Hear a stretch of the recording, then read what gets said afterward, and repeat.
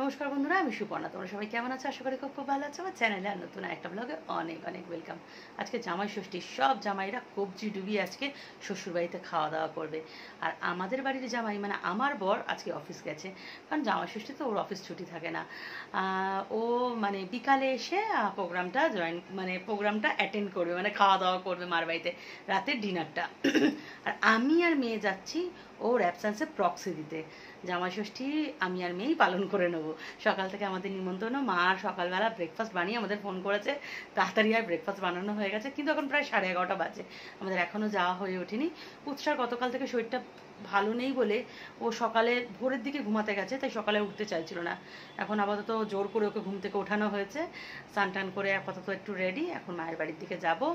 আর গেলেই বুঝতে পারবো আজকের মেনু কি কি খাওয়া দাওয়ার অ্যারেঞ্জমেন্ট। এতক্ষণ হয়তো বোন আর বোনের বড় চলে এসেছে, তো সাথে থাকো, দেখতে থাকো, আর আমরাও যাই, গিয়ে আমরাও দেখি কি কি হচ্ছে। মায়ের বাড়িতে এসে দেখি ডোডোবাবু আর মাম্পি নিজেদের মধ্যে খেলতে ব্যস্ত।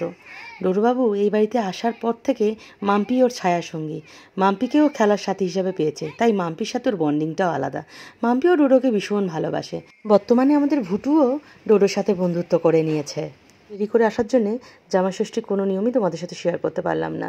গৌতম আসতে পারেনি ঠিকই, কিন্তু বোনের বর এসেছিল, তো বোনের বরের যে নিয়মটা হয়েছে সেটুকু শেয়ার করতে পারতাম, কিন্তু আর কি করা যাবে।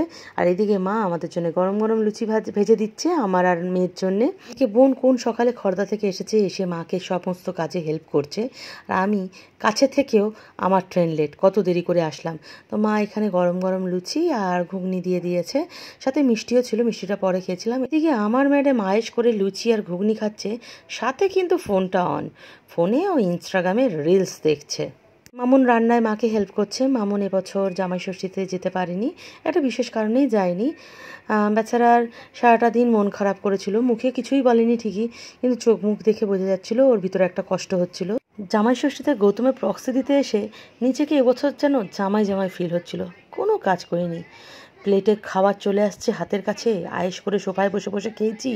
তারপর দুপুরবেলা মা নানা রকম পদ সাজিয়ে দিয়েছে, সেটাও একদম জমিয়ে খেয়েছি। মা তো আরও কিছু পদ রান্না করতে চেয়েছিল, কিন্তু আমি আর বোন শেষে বারণ করলাম, যা গরম পড়েছিল বলার মতো না। এদিকে বোন নিয়ে এসেছিলো নবদ্বীপ থেকে দই, ক্ষীর দই, যে নবদ্বীপের লাল ক্ষীর দই সেটা, তো মেয়ে খায়নি, 1 চামচ খেয়ে আমার জন্য রেখে গেছে।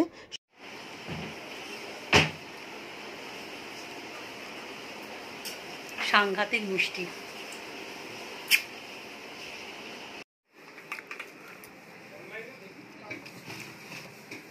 ভাই নিবি একটা? এ মা, এগুলো সব নরম,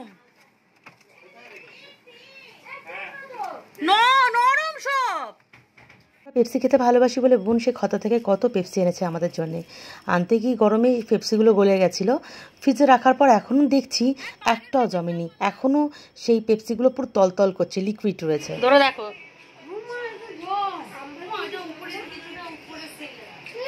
ভাই ফ্রিজের টেম্পারেচারটা বাড়িয়ে দিতে কয়েক মিনিটের মধ্যে পেপসিগুলো আবার জমতে শুরু করে দিয়েছিল। আমি তো একটা নিয়ে নিয়েছি, আমাকে নেওয়া দেখে ভুটুবাবুর সে কি কান্না, তো ভুটুবাবুকেও একটা দিয়েছে।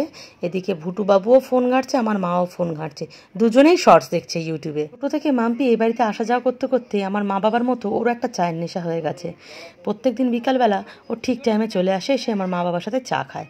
তো আজকে যে এসেছিলো আমি বলেছিলাম, মাম্পি তোর সাথে আজকে আমি একটা রিলস করবো। এটা শোনা মাত্রই ও দৌড়ে বাড়ি চলে গেছিলো। তারপর দেখি ম্যাডাম এই লাল টুকটুকে একটা ড্রেস পরে, মাথায় একদম রানীর মুকুট টুকুট পরে চলে এসেছে, টিপ ঠিপ পরে সেজে গুজে রিলস করবে বলে।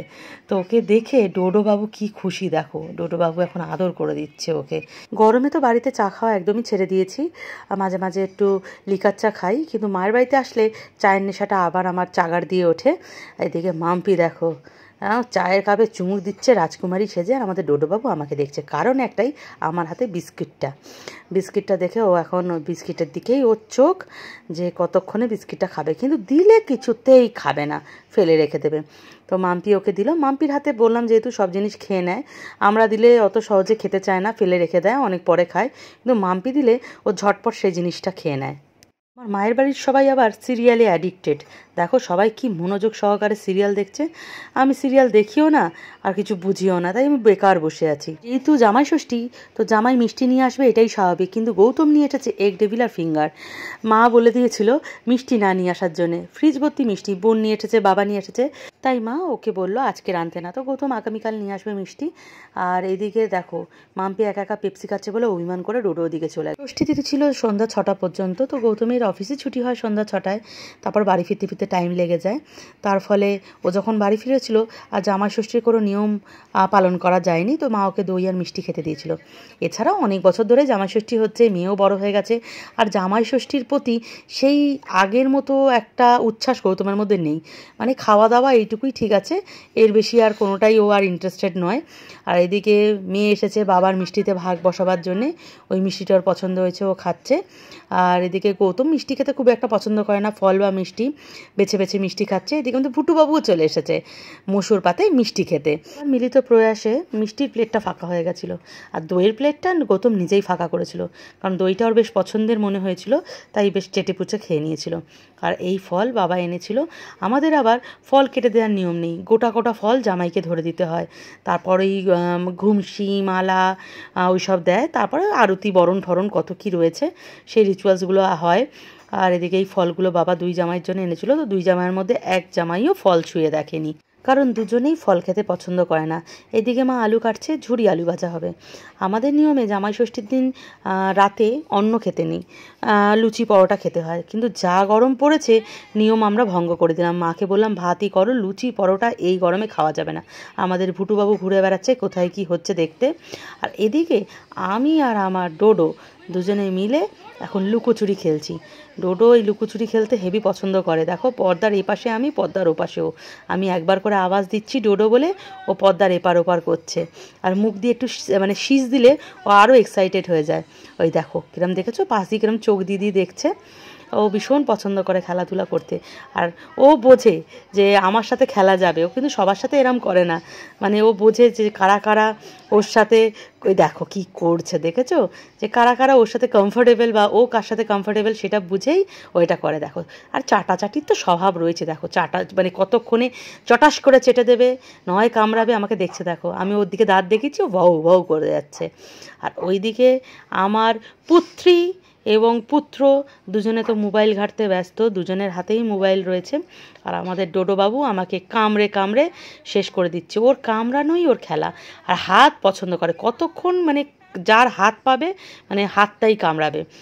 দেখো কামড়েই যাচ্ছে, এপাশ ওপাশ করছি তাও হাত ছাড়বে। এখন যা অবস্থা, এই জায়গায় শোলের ডায়লগটা একদম পারফেক্ট ছিল, মানে ডোডো বলছে এ হাত মুঝে দে দে ঠাকুর, আর আমি বলছি নেই, এরম একটা ব্যাপার চলছে। দেখো ঠাকুর আর গব্বর দুজনে মিলে এখন মারপিট চলছে, কীভাবে হাত মানে ওইদিকে গব্বর হাত নেবে, ঠাকুর হাত দেবে না, মানে হাত ভীষণ পছন্দ করে। ডোডো হচ্ছে হাত লাভার, মানে হাত পেয়ে গেলে হাত চাটবে। এদিকে দেখো আমার ম্যাডাম রিলস দেখে দেখে ডান্স ফলো করছে, আর একজন তো শর্টস দেখতে দেখতে সোফায় পুরো শুয়েই পড়েছে। আর আমি আর ডোডোবাবু খেলা করে যাচ্ছি। ডোডোবাবু মানে হাতের ফ্লেভার নিয়ে যাচ্ছে, কি জানি মনে হচ্ছে হাতে কোনো টেস্ট পেয়েছিল, বা আমি মনে হচ্ছে আমি এগ ডেভিল বা ওই ফিঙ্গার খেয়েছিলাম সেই গন্ধটা রয়েছে। গন্ধ পেলে তো একদম গন্ধ শুকে শুকে ওকে না ওই কি বলে স্নাইপার যে ডগগুলো হয় সেইগুলো হলে বেশি ভালো, মানে পুলিশের যে কুকুর।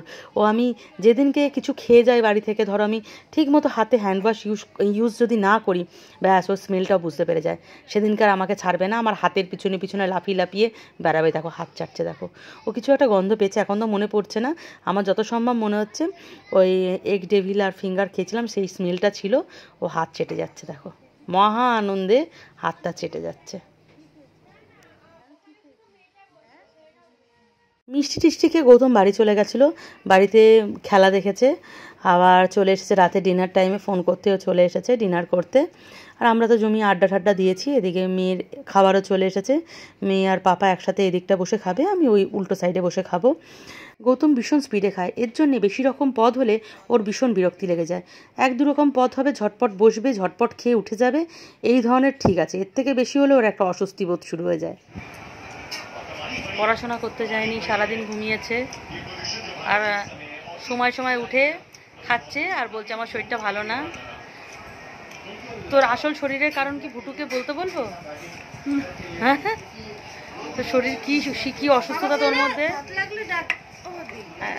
খেতে বসে পড়েছি। আর সেদিনকে গৌতম বাবুর থালার প্রসাদ আমার প্রাপ্তি হয়েছিল। উনি বাবু যেগুলো খাচ্ছিল না আমার থালায় তুলে দিচ্ছিল, ইভেন মটনও দিয়ে দিয়েছিল। খাওয়া ছেড়ে বেচারা খেলায় কনসেন্ট্রেট করছে। এই আরেকজন খেলার জন্য দৌড়ে যাচ্ছে, খেলা দেখার জন্য। ও এখানে বসে দেখবে খেলা। বাড়িতে বসে বসে এতক্ষণ খেলাই দেখেছে, তাও মন ভরছে না। কার কার খেলা? কার কার? ইউএসএ আর ইন্ডিয়ার খেলা। ইউএস আর ইন্ডিয়া। ও বাড়িতে তাহলে কি করছিল? খেলা দেখোনি? হ্যাঁ, খুব পাস্টিং।